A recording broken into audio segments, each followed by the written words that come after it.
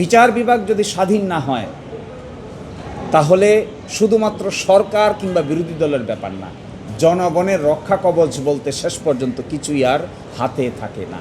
সচিবালয়ে বিলুপ্তির কোনো উদ্যোগ নেওয়ার কাজটি তারা ঠিক করেন নাই।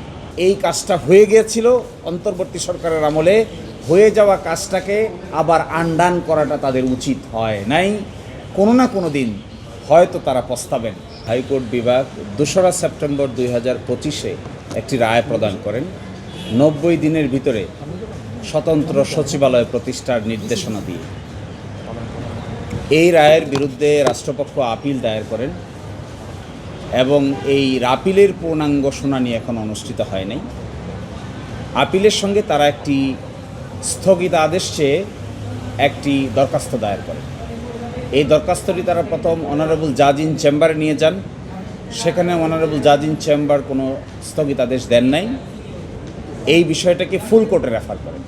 আজকে এই স্থগিতাদেশের উপরে পূর্ণাঙ্গ বেঞ্চে শুনানি হয়েছে।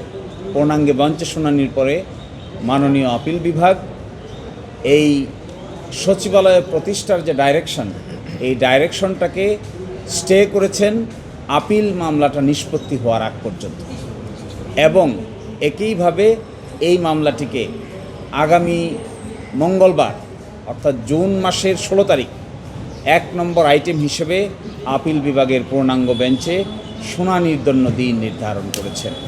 আমরা মনে করি আপিল বিভাগে এই মামলাটি দ্রুততার ভিত্তিতে শুনানি করতে পারলে মূলত মূল সমস্যার সমাধান হতে পারে। এই জন্য পূর্ণাঙ্গভাবে মামলাটি শুনানি হোক, এটা আমরাও সাবমিশন রেখেছি। কিন্তু একটি কথা এখানে বলা উল্লেখযোগ্য, সরকারের যে approach, that approach was not good approach. High court বিভাগের এরকম ডাইরেকশন থাকা সত্ত্বেও তারা সুপ্রিম কোর্ট সচিবালয়কে বিলুপ্ত করে দিয়েছেন। এই বিলুপ্ত করার যে অ্যাপ্রোচটা তারা গ্রহণ করেছেন, this is tantamount to contempt of court. এই ধরনের কাজ সরকারের পক্ষ থেকে করা উচিত নয়, because that will create a negative example, যে আদালতের রায় না মানলেও মনে হয় চলে। তারপরেও আমি বলছি, আজকে যেহেতু মাননীয় আপিল বিভাগ স্টে করেছেন, সুতরাং এই স্টে করার আগ পর্যন্ত তাদের ক্ষেত্রে সচিবালয়ে বিলুপ্তির কোনো উদ্যোগ নেওয়ার কাজটি তারা ঠিক করেন নাই। তাদের স্টে হওয়া পর্যন্ত অপেক্ষা করা দরকার ছিল। এই স্টে পিটিশনটা আপিল বিভাগে মঞ্জুর হবে কি হবে না, এতটুকু ধৈর্য সরকারের ধারণ করা দরকার ছিল। সরকারের এই অধৈর্য জাতির কাছে একটা নেগেটিভ মেসেজ দিয়েছে, যে তাহলে উচ্চ আদালত এবং বিচার বিভাগের প্রতি তারা এই ধরনের আচরণ কেন করছেন। আপনারা দেখবেন 19 মে 2026 সালে তারা সচিবালয়ের সচিব সহ 15 জন ঊর্ধ্বতন কর্মকর্তাকে বিলুপ্ত করে ভূতাপেক্ষভাবে আইন মন্ত্রণালয়ের উপরে তারা ন্যস্ত করেছেন। That was A contemptuous work in my view. তারপরেও আজকে থেকে যেহেতু তারা স্টে পেয়েছেন, সুতরাং আজকে থেকে তাদের সামনের কাজগুলো আইন অনুযায়ী হবে, এটা আমরা প্রত্যাশা করি। আমরা এটাও প্রত্যাশা করি আমাদের আপিল বিভাগ গুরুত্বের বিচারে এই মামলা শুনানি করছেন। আগামী 16 জুন দ্রুততম সময়ের ভিতরে এই বিচার শেষ হোক, তারপরে ফাইনাল যে সিদ্ধান্ত হবে এটি সকলের উপরেই বাধ্যকর হবে বলে আমরা মনে করি। এই সচিবালয় স্থাপনের আদেশটি করা হয়েছিল পারস্পরিক ঐকমত্যের ভিত্তিতে, ইংরেজিতে বলে কনসেন্টিং ডিক্রি।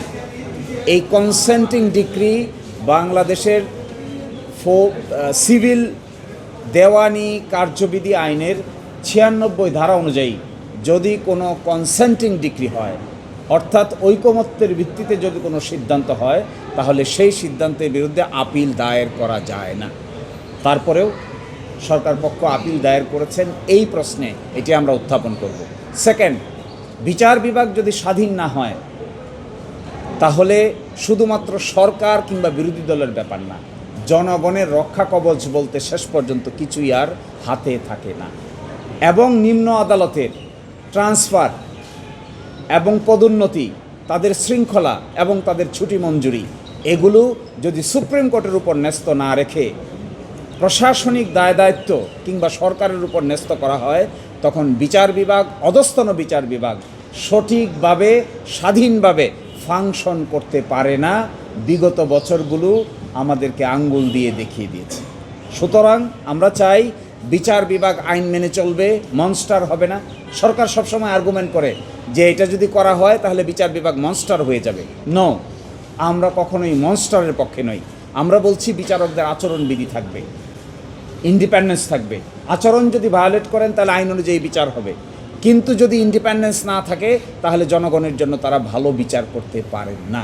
এই জন্য ইন্ডিপেন্ডেন্স অবশ্যই দরকার। ইন্ডিপেন্ডেন্স 3 ক্যাটাগরির। এক ক্যাটাগরি ইন্ডিপেন্ডেন্স দরকার তাদের অ্যাপয়েন্টমেন্ট এবং তাদের জব সিকিউরিটি। আরেক ক্যাটাগরি ইন্ডিপেন্ডেন্ট দরকার তাদের ফাইন্যান্সিয়াল সিকিউরিটি। আরেক ক্যাটাগরি ইন্ডিপেন্ডেন্ট দরকার তাদের ইনস্টিটিউশনাল সিকিউরিটি।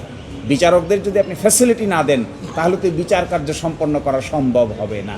কোনো একটা দুইটা মামলাকে আপনি ফাস্ট ট্র্যাক করবেন, করতে পারেন, কিন্তু বিচার ব্যবস্থার উন্নতি না করলে জাতি হিসেবে সামনের দিকে অগ্রসর হওয়া will be very difficult in our view. তো তারা যে সচিবালয় এখানকার বিলুপ্ত করে দিয়ে মাননীয় আইন মন্ত্রণালয়ের অধীনে যে ন্যস্ত করেছেন, আমি মনে করি এই কাজটা হয়ে গিয়েছিল অন্তর্বর্তী সরকারের আমলে। হয়ে যাওয়া কাজটাকে আবার আনডান করাটা তাদের উচিত হয় নাই। কোনো না কোনো দিন হয়তো তারা পস্তাবেন এই কাজের জন্য।